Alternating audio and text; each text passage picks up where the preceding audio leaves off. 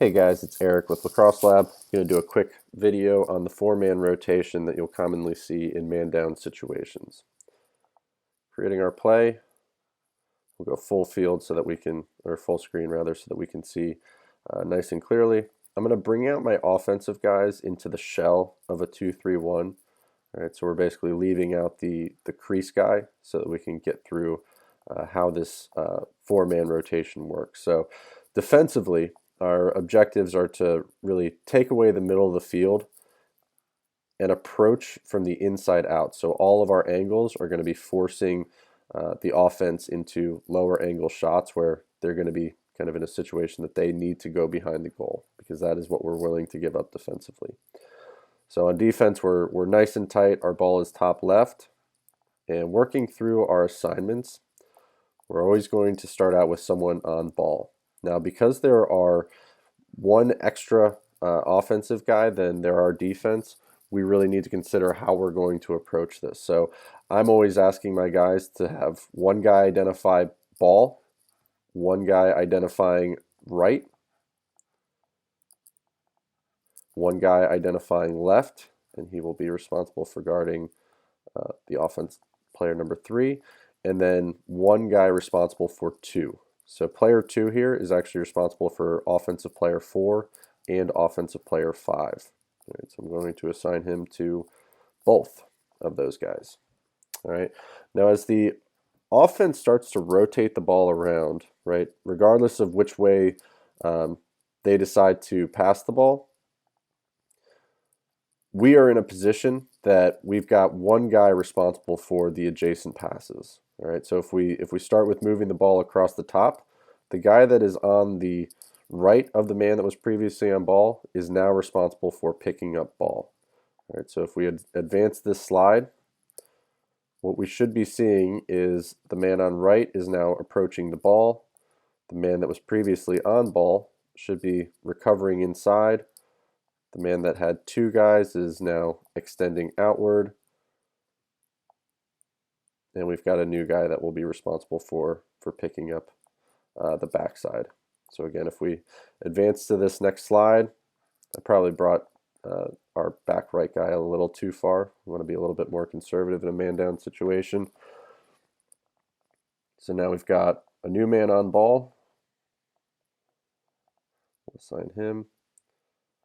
New man on the right, new man on the left, and a new man picking up 2. Right, so if we'll go through on our assignments really quick so that you can see visually how this all works.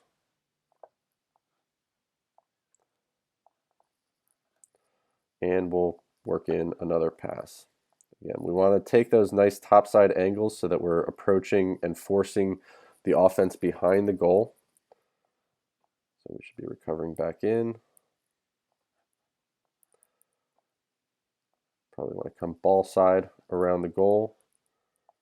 And this guy's probably in pretty good shape here. But we got to try and discourage that skip pass to player number 3. All right, now you can see that we're slowly rotating around the outside. So our 4 guys are able to cover 5 guys. We'll go through our assignments.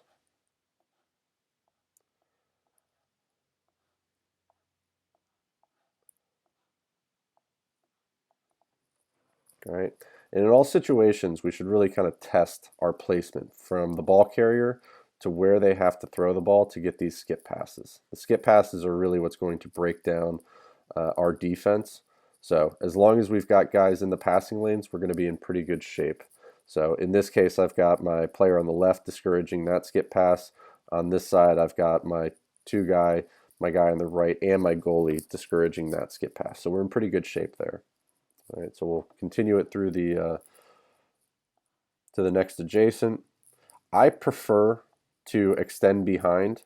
I don't like the idea of having the ex-attackman, which is probably their best feeder, with free hands for too long. He'll be able to pick us apart. So I always prefer to rotate behind the goal. And it also, for the younger guys, I like seeing the constant rotation. It just gets them moving and thinking constantly.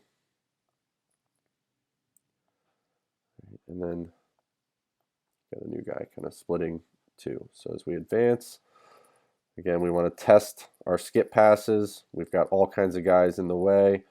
So we'll just continue on to the next, but we'll go through and make our assignments here really quick.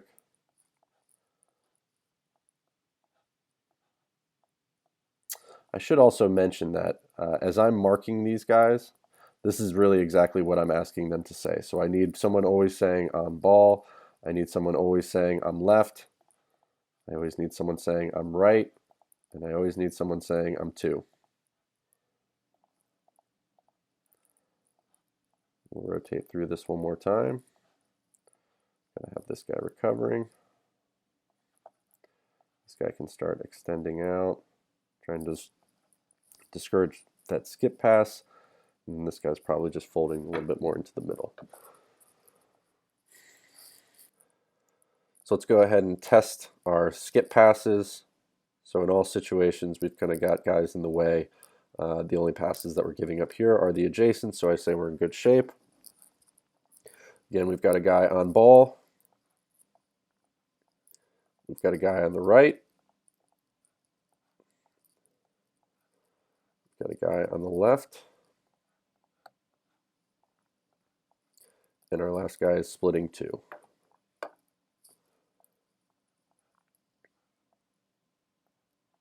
So as the ball moves, we'll get through one complete rotation so that we can see how our defense is rotating. And we want to approach with the forcing the alley dodge, or alley carry in this case, since we're going to be man up.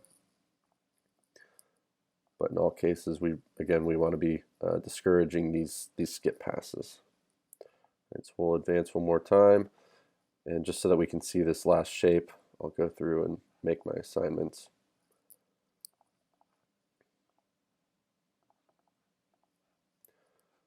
And we've got someone on ball, someone on the right, someone on the left,